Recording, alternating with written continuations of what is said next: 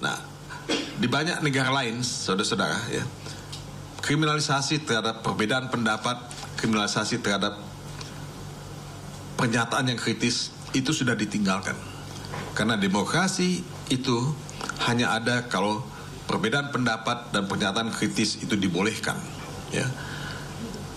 Dalam visi dan misi Ganjar Mahfud, ya, kita melihat, kita membaca bahwa undang-undang ITE itu akan diperbaiki. Ya. Nah, ini komitmennya Ganjar dan Mahfud. Ya. Kalau saya pribadi, ya, saya pribadi ingin supaya undang-undang ITE itu dicabut. Termasuk juga Undang-Undang Nomor 1 1946. Karena dalam demokrasi tidak ada tempat buat Undang-Undang ITE. Tidak ada tempat buat Undang-Undang Nomor 1 tahun 46. Itu dalam demokrasi menurut saya. Mungkin saya berhenti sampai di sini. Terima kasih Bang Todung. Mungkin berikutnya ini sebelah kanan saya adalah Bang Ifdal Kasim yang memang juga mendampingi Saudara Palti. Nah, mungkin Bang Ifdal bisa menyampaikan beberapa update. Silakan Bang. Baik, terima kasih rekan-rekan wartawan semua yang saya hormati. Saya fokus pada perkembangan atau update ya yang sekarang sedang berlangsung. Kami dari tim hukum setelah mendapatkan informasi ini segera membentuk tim hukum untuk mendampingi Saudara Palti. Nah, sekarang sedang berlangsung proses BAP ya terhadap Saudara Paltin yang didampingi oleh tim kami.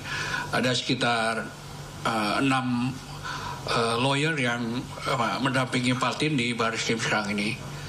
Dan informasi yang saya peroleh, proses interview terhadap Paltin masih berlangsung. Dan kami juga mengajukan kepada pihak penyidik untuk tidak menahan Saudara Paltin dalam proses hukum ini. Nah, itu mungkin perkembangan yang sedang berlangsung. Nanti selanjutnya kami akan terus mengupdate kepada rekan-rekan wartawan semua. Terima kasih. Terima kasih. Mungkin ada satu poin yang mungkin boleh ditanggapi oleh Bang Firman.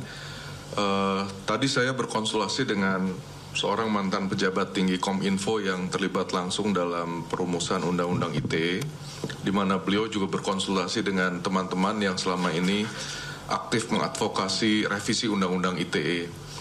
Nah, menurut Undang-Undang ITE yang baru, di situ dinyatakan bahwa ini merupakan delik aduan, dan yang harus mengadukan persoalan seperti yang dihadapi oleh Saudara Palti itu adalah pihak yang langsung dirugikan. Nah, karena itu pertanyaannya, tadi Bang Ifdal sudah menyampaikan kepada kami, sampai sekarang kami belum mengetahui sebetulnya siapa yang melapor. Dan karena artinya yang melapor itu adalah harus pihak-pihak yang tadi disebutkan oleh Bang Todung, yang beredar posisi dan jabatannya di video tersebut, yang dipersangkakan dalam video tersebut telah menyalahgunakan jabatan dan posisinya yang seharusnya netral sebagai aparatur negara, tetapi ternyata bergerak mendukung paslon tertentu dengan memanfaatkan dana desa. Nah, pertanyaannya adalah apakah mereka yang sudah melapor kepada kepolisian sehingga kepolisian lalu melakukan tindak lanjutan dengan menangkap Saudara Palti gitu. Nah, mungkin Bang Firman bisa menyoroti mengenai hal ini dulu. Terima kasih. Iya, terima kasih Mas Kara. Kami memperkuat seperti yang disampaikan tadi oleh Bang Todung dan Mas Ifdal. Sesungguhnya untuk memastikan proses ini sesungguhnya, maka harus dimulai dari sudut pandang yang merasa dirugikan oleh video ini, yaitu Kepala Kejaksaan Negeri Batubara dan Dim Asahan atau Batubara, kemudian juga Kapolres Batubara dan PJ Bupati Batubara. Kenapa kaitkan Asahan? Karena dulu Batubara ini sebetulnya pemekaran dari Kabupaten Asahan. Jadi konstruksinya sedemikian rupa sehingga ini jelas dan tegas siapa yang merasa rugi dan menjadi korban dari proses video ini. Sebab bisa jadi jikalau tidak ada pengaduan maka ada intervensi pihak-pihak lain yang merasa rugi dengan video ini, yang berhasil membongkar betapa kuatnya menguatnya elemen negara dalam proses penyalahgunaan kekuasaan di dalam proses tahapan-tahapan pemilu presiden.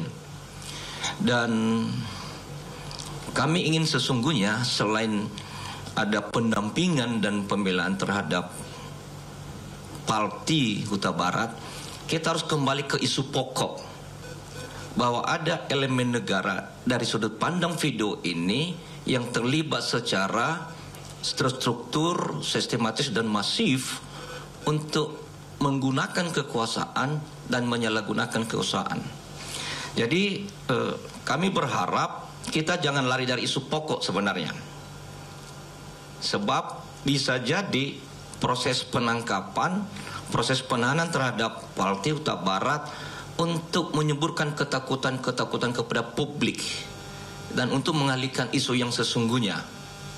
Dan kami berharap tidak dengan pendekatan model Bawaslu setempat yang hanya mencocokkan yang non saintifik.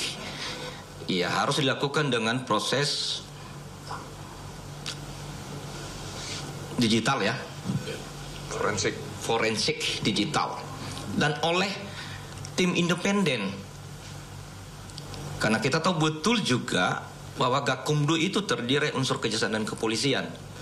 Jadi sebaiknya ada tim independen yang melakukan proses saintifik dengan pendekatan forensik digital. Dari sini ini harus dibongkar. Jadi jangan dialihkan persoalan utamanya soal persoalan